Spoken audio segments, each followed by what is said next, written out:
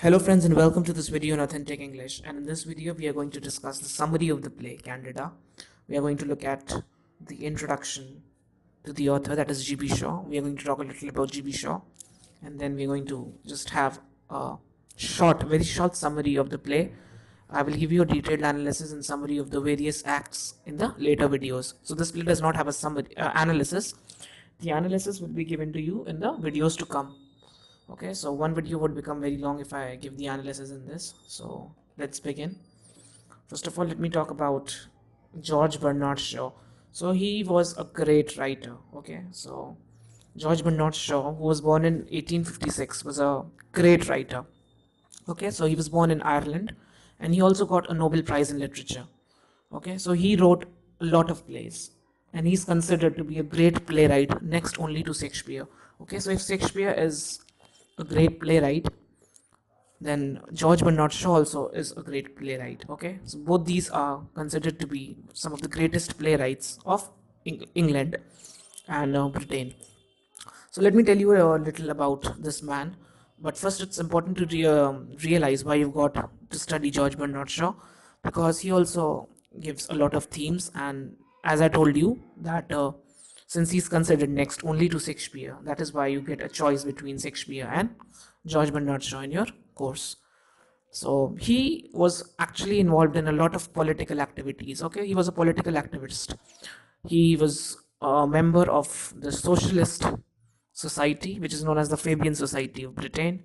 Okay, so that this was a society that this was, you can say, a group of members that wanted to reform England. Okay, wanted to bring a social reform in England, and okay, so it was a socialist society. You understand what socialism is? It's the opposite of capitalism, in which everybody gets everything and there is an equal distribution of wealth and something like that. So he was a member of that society, and even expressed approval of dictators like Hitler. So all of this is not very important because in the present play.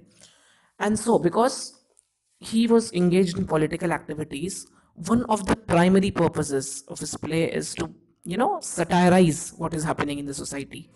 So if he feels there is something wrong which is happening in the society, he's going to bring that out by the medium of his plays. Okay, so if he thinks that this is something wrong and this needs to be taken up in a little modern way, he's going to bring all those issues to light. So his plays, try to bring about social reform. Okay, and he does not say that he wants social reform through his plays, but he presents ideas. He gives some kind of a message or something like that, because he wants that the society should change. The society should become more modern. And his plays are often comedies, and they are full of wit and humor. And the most important themes in his plays are women. Okay, so he writes a lot of women-centric plays. Prostitution, money, love, marriage, poverty, etc. are some of the themes of his plays. And one of his famous dialogues is that a woman is a man with petticoats, and a man is just a woman without petticoats. So he kind of equalizes the two sexes, that nobody is superior to the other. Okay, for him, women are equal to men, or you can even say that women are superior to men. As you'll find that this play Candida is also named after a woman. This is again a woman-centric play. This entire play is a woman-centric play, a kind of feminist play, and some critics also believe that it is anti-feminist, that Candida is an anti-feminist character. But we'll discuss all of that when we analyze the play. So these are some of the themes that are there in his story. Now let's just get a summary of the story. Candida by G.B. Shaw was first published in 1898. So this was published in 1898. And this play again questions the norms of the society and discusses stuff like love, the life of women, and marriage. Okay, so marriage, life of women, love, these are some of the themes of the play. Now let's discuss the story of the play. So what happens is that there are three main characters. Okay, so this is a short summary, and this may not include all the characters and their roles in the play. Okay, so this is not going to include the role of Lexi and other people and the father-in-law. This is going to give you a main basic outline of the play. This is a short summary. In the videos to come, you will get whatever you need. this is just for introduction sake. In the play, we have a young poet, I don't know how to pronounce this name, Eugene Marchbanks, who falls in love with a woman called named Candida.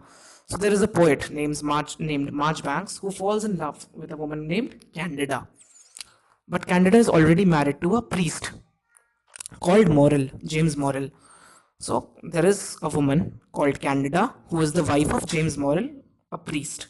And then there is a young poet of 18 years named Eugene Marchbanks, and he falls in love with Candida and tries to win her over. So this is the story. This involves a love triangle. There are 3 people, 2 men and 1 woman. So this is the love triangle that is given to us, and this love triangle will get solved towards the end of the story, towards the end of the play. Now, Eugene thinks that beautiful Candida is living a boring life with her husband, James Morrill. So what Eugene thinks is that Candida is living a very dull, monotonous and mundane life with her husband, that there is no enjoyment in her life, and therefore he tries to come and rescue her. Okay, he thinks that Candida deserves a much better man than James. So what happens is, in the play, like Candida will be given a choice to choose between the 2 men, and she will choose her husband. Okay, and why she will choose her husband, that is something that we'll discuss when we analyze the play. She'll choose her husband over Eugene Marchbanks. The play provides commentary on love, marriage, and the status of women, and asks what a woman really wants from a husband, and is full of wit and humor. So this play is full of wit and humor. Now let's see what is there in the play. The play is set in northeast suburbs of England, London. So the play is set in London, England, northeast part of London. Clergyman James Morrill, Christian socialist and speaker. So we have the main character, James Morrill. He is a clergyman, that is a priest, and he is also a speaker. So he gives sermons, he speaks, and his sermons are very popular. Okay, so what is happening is, it is morning time, and clergyman James Morrill with his secretary Miss Proserpine Garnet is in his drawing room as a number of visitors come. So he is sitting in his drawing room, and there is present his secretary Miss Proserpine Garnet, and then a number of visitors come one by one. Now first comes Reverend Alexander Mill, Lexi, Morrill's assistant clergy. So who is Lexi? Alexander Mill, he is Morrill's assistant clergy. And then Mr. Burgess, his father-in-law. So these are 2 unimportant characters in the play. I mean, they are not very important, but we are going to definitely discuss them when we discuss the play in detail in later videos. So they are the ones who enter his study. Okay, study is the area where he works. Then comes Candida, followed by Eugene Marchbanks. And now what happens is that his wife, Candida, was away. Okay, so he was gone somewhere. So now she has come back to see Morrill. And after Candida comes a young man called Eugene Marchbanks. So Candida is followed by Eugene Marchbanks. So all the characters come one by one in the room. Now what happens is that this guy, Eugene Marchbanks, the young poet, tells Morrill that he loves Candida. Okay, so he directly tells Candida's husband that he loves Candida. So this is bravery on his part, and wants to rescue her from the mundane marriage. And he also tells her that you are no match for Candida, you are such a boring man, and Candida is not happy with her love life, with a married life, and therefore I think that I'm going to marry Candida, and that's going to make everything alright. Initially, Morrill doesn't take him seriously. So initially what happens is Morrill does not take him seriously and laughs at him. But then Candida asks the poet to help her in setting the table. But then Candida comes in and says to Eugene that come and help me in setting the table for lunch. And now what happens is suddenly Morrill's confidence in his marriage is shaken. Morrill starts to think. Earlier Morrill was thinking that yes, his marriage is actually absolutely fine and that there is no problem in his marriage. But then what happens is that when Candida calls him for setting the table, his confidence in his marriage is shaken. Eugene finds out that Candida is filling lamps. And now what happens is that this guy, Morrill, has employed Candida to fill lamps. You know what, lamps with wax. So she's kind of filling paraffin in some lamps. And so Eugene finds this out. So Eugene says to Morrill, Eugene becomes angry with Morrill for allowing her wife to do such rough tasks. He says that she is a gentlewoman and she cannot do such rough tasks. You are treating her like a maid. This angers Morel. Now also Morel gets angry because he is the husband. And then Candida appears, and now Candida appears again. Marchbanks flirts with her as he tells her he would take her to a place where the stars are the lamps. So, being a poet, he talks in poetic ways and tells Candida that he's going to take her to a place where the lamps are stars, and she does not have to do all this work of filling paraffin in lamps.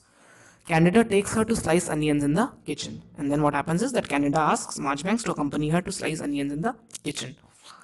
Candida finding her husband worried. Now what happens is that Candida knows that her husband is worried because of this sudden intruder in their marriage.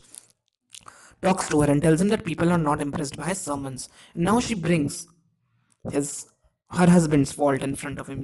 She tells him that people are not interested in his sermons. People are not interested in his oratory.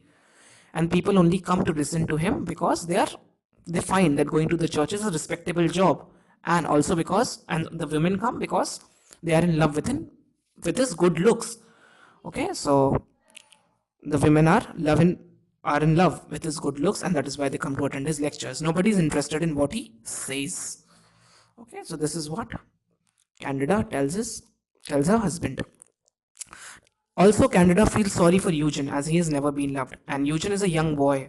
Okay, he's like a child, and Candida knows that he has never been loved before. Okay, he has survived without love, and he does not know what love is.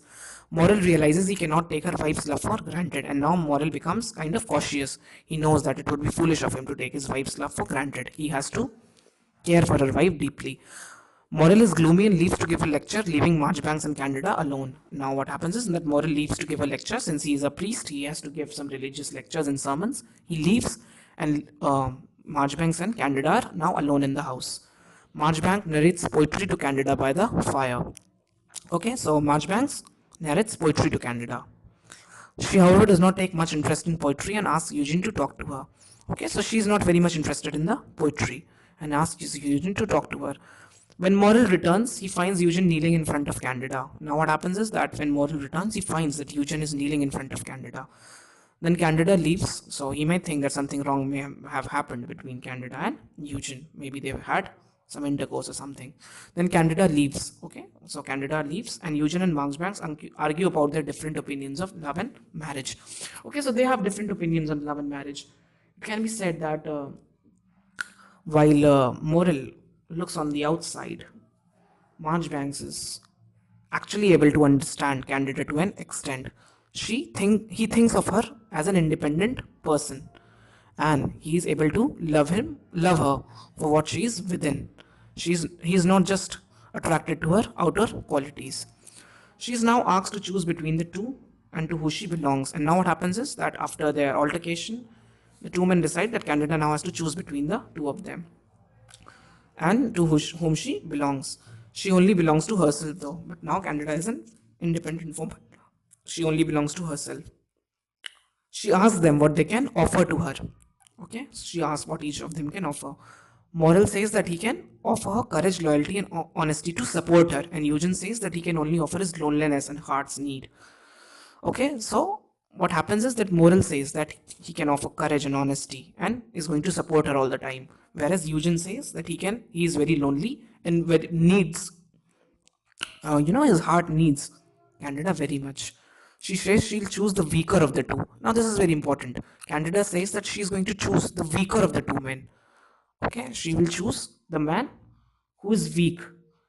It is as if she is giving mercy on the two of them.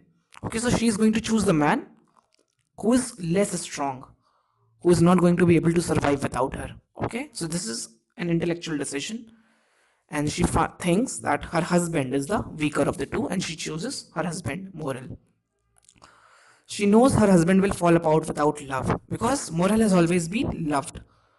Morel has always been loved by everyone, and even Candida has been with her. She knows that her husband is going to fall apart without her company.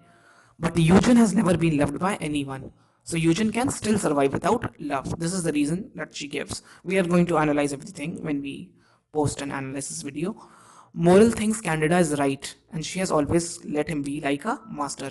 Moral realizes that Candida has actually let him be like a master, let him feel like a master.